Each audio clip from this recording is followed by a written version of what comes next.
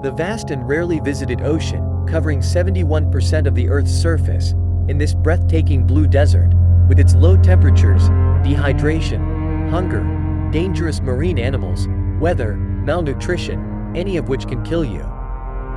Since 2000, there have been 1,043 people missing at sea every year, including sailors, fishermen, offshore workers, and even cruise ship passengers. Among these missing people, only a tiny fraction are rescued. In general, the shorter the time you drift at sea, the higher your chances of survival. However, in the history of ocean navigation, there are some extreme examples that defies odds. In today's story, we will talk about 3 incredible long-term ocean survival stories.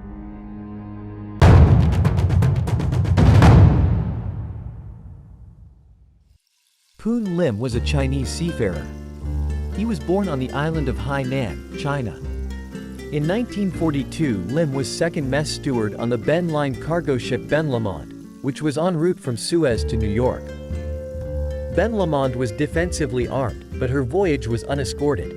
On the 23rd of November, U-172 intercepted and hit Ben Lomond with 2 torpedoes, about 250 miles north of the coast of Brazil. Lim, who was in his cabin, took his life jacket and went to his boat station, where 2 officers and a seaman were trying to launch one of the lifeboats. They had raised the boat off its chocks and were about to lower it when Lim was washed overboard. The ship sank within about 2 minutes of being hit, and Lim was dragged underwater. When he resurfaced, he found only a few planks floating, one of which he used for extra buoyancy. After about 2 hours in the water, Lim found and boarded a wooden life raft. In the distance he saw another raft, carrying 4 or 5 men, who waved to him to join them. But Lim had no means to propel his raft, and the 2 rafts drifted apart. The raft was stocked with a can of fresh water containing 45 liters, 6 boxes of hardtack, 0.9 kilograms of chocolate, 10 cans of pemmican, 5 cans of evaporated milk, 1 bottle of lime juice, and 1 can of massage oil. It also had flares, 2 smoke pots, and a flashlight with which to signal for help. Lim at first kept himself alive by drinking the water and eating the food on the raft, but later resorted to fishing, catching seabirds, and collecting rainwater in a canvas life jacket covering. He could not swim well, and often tied a rope from the boat to his wrist in case he fell into the sea. He took a spring from the flashlight and made it into a fish hook, unraveled hemp rope to make a fishing line, and crushed pieces of hardtack to make bait. He dug a nail from the boards on the wooden raft to make a stronger fish hook. When he caught a small fish, he used it as bait to catch bigger fish. He improvised a knife from part of a pemmican can. The water tank had an iron key, which Lim also used as a tool. When gulls settled on his raft, he caught and killed them. He soaked their meat in seawater to salt it, then dried it on deck to make jerky. When Lim saw sharks, he caught one, using the remnants of gulls he had caught as bait. Lim had braided his fishing line to double thickness, and had wrapped his hands in canvas to give them a little protection. Lim cut shark open and sucked the blood from its liver. This quenched his thirst, since it had not rained and he was out of water. He sliced off the fins and let them dry in the sun. Lim had lost all of his clothes except his shirt and vest. He made a skirt from a hessian bag that had contained the lime juice bottle. The raft had 4 poles and a canvas tarpaulin, which he rigged as a canopy. This both protected him from the sun and caught rainwater. Lim once saw a submarine on the surface, with a flag painted on its conning tower. He made out the colors white and green on the flag. Lim called for help, but the crew laughed at him and waved him away. On other occasions, the crews of cargo ships saw him but did not pick him despite his proficient shouts in English. Lim contended that they would not rescue him because he was Asian and they may have assumed he was a stricken Japanese sailor, although another explanation is that German U-boats were rumored to set a survivor on a raft as a trap to get a rescuing ship to stop, which made it a sitting duck to be sunk. Once or twice, United States Navy patrol planes did see him, and one dropped a marker buoy in the water. The plane reported back to U.S. Navy in Belém, Brazil, but a storm hit the area at the same time and he was lost again. At first, he counted the days by tying knots in a rope, but later decided that there was no point in counting the days and simply began counting full moons. By April 1943, Lim realized that he was nearing land, as the color of the sea was no longer a deep ocean blue. He had drifted westward about 1,210 kilometers. On the 5th of April, 3 Brazilian fishermen found him, about 16 kilometers off the coast of Para, east of Salinas. He was the sole survivor from Benlamon. Her master, Captain John Mall, had died, along with 43 of her officers and men, and all 8 of her gunners. Lim had lost 9 kilograms in weight. He was so weak that his rescuers had to lift him off his raft. After 2 weeks in a Brazilian hospital, Lim was fit enough to travel. The consul arranged for him to go to Britain via Miami and New York. King George VI awarded him the British Empire Medal. After the Second World War, Lim emigrated to the United States. Lim's journey at sea lasted 133 days. When told no one had ever survived longer on a raft at sea, Lim replied, "I hope no one will ever have to break that record." Sadly, they did.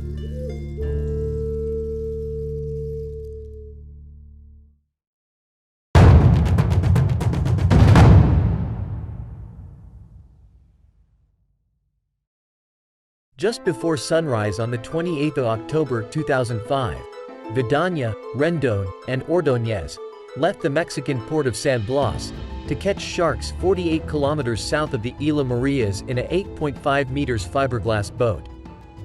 But they exhausted their fuel and strong easterly winds cast them adrift in the northern equatorial current which crosses the Pacific Ocean from Mexico to the Philippines. Their family searched for several weeks, but the castaways were blown out into the high seas too fast and could not be found. Without a radio, the fishermen had no way to raise help. The 3 survived on raw fish, seagulls, and sea turtles and by collecting rain in empty gasoline containers. This was scarce during the first month, but with the onset of winter, successive cold fronts brought showers, enabled their survival. However, 2 other companions, including the vessel's owner, died from starvation after 2 months. Although they thought they were drifting aimlessly, the survivors had followed exactly the same path that the Nao de China traveled in the 17th century from Acapulco to Manila. Hope returned to the stranded fishermen when they saw planes flying from the west. They realized that it would be easier to cross the ocean to the west, rather than attempting to turn into the wind to return to Mexico. They fashioned a sail with blankets and continued westwards, following the wind and the currents. Over 270 days, their average speed was 4 kilometers per hour. The men made fishing hooks with strings and wire from the engine, and caught turtles by diving into the ocean with a rope tied to their waists. They ate everything: meat, blood, bones, eggs. On the 9th of August 2006, their boat was spotted on the radar of a Taiwanese tuna fishing vessel, at a distance of 32 kilometers. The captain ordered the crew to sail towards the signal to investigate, thinking the radar signal was too strong to be a group of seagulls. Soon they reached the stranded boat and picked up the 3 surviving fishermen at a point located 320 kilometers east of the Marshall Islands. The survivors were reported to be very thin and hungry, but otherwise healthy.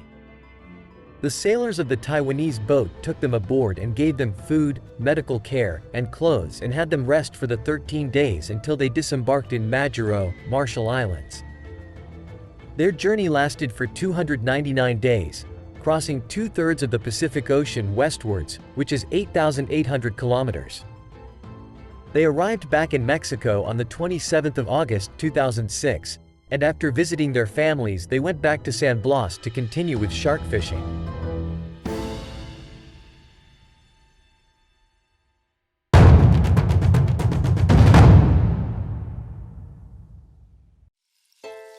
On November 17, 2012, a fisherman called Alvarenga set out from the fishing village of Costa Azul, off the coast of Chiapas, Mexico. As an experienced sailor and fisherman, he was intent on a 30-hour shift of deep-sea fishing, during which he hoped to catch sharks, marlins, and sailfish. His usual fishing mate was unable to join him, so he arranged instead to bring along the inexperienced 23-year-old Ezekiel Cordoba, with whom he had not previously spoken. Shortly after embarking, their boat, a 7-meter topless fiberglass skiff equipped with a single outboard motor and a refrigerator-sized icebox for storing fish, was blown off course by a storm that lasted 5 days, during which the motor, most of the portable electronics were damaged.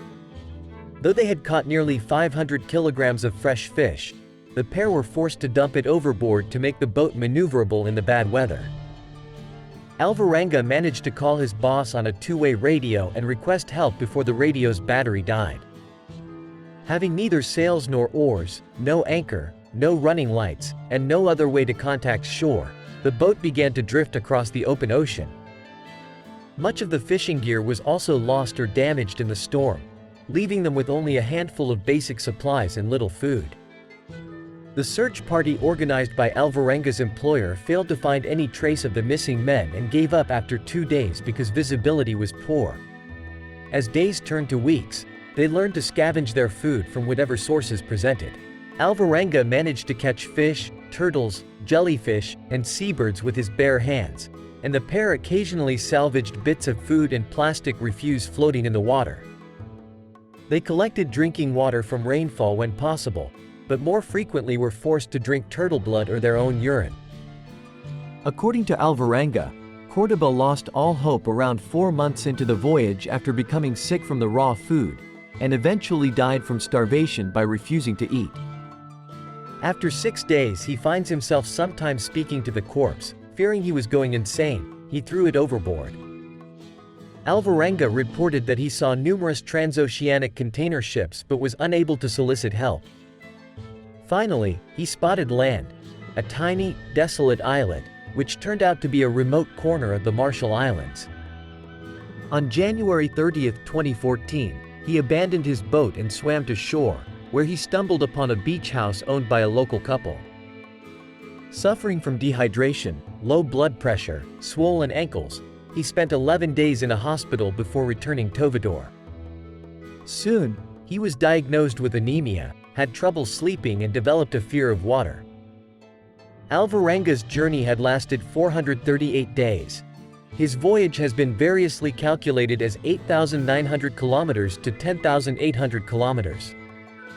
In 2015, he gave a series of interviews about his ordeal to the journalist Jonathan Franklin, who published his story as the book 438 Days, an extraordinary true story of survival at sea. Did you know?